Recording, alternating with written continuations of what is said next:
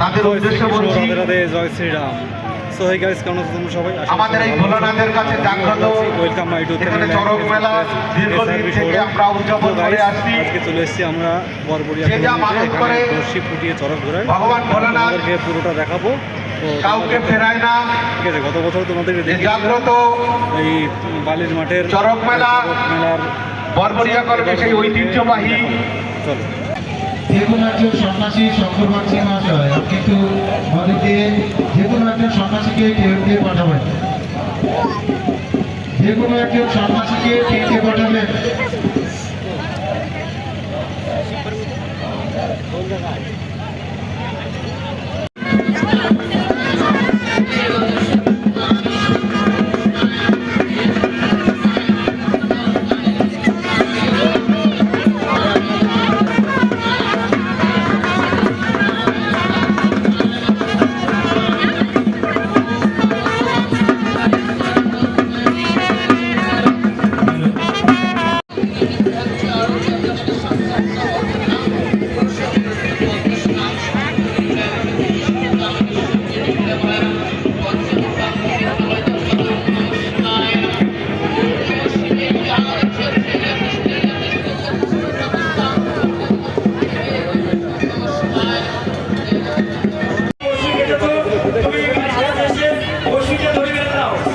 সন্ন্যাসীদের কাছে বিশেষভাবে অনুরোধ, যারা বাচ্চা নেবে প্রত্যেকের কাছে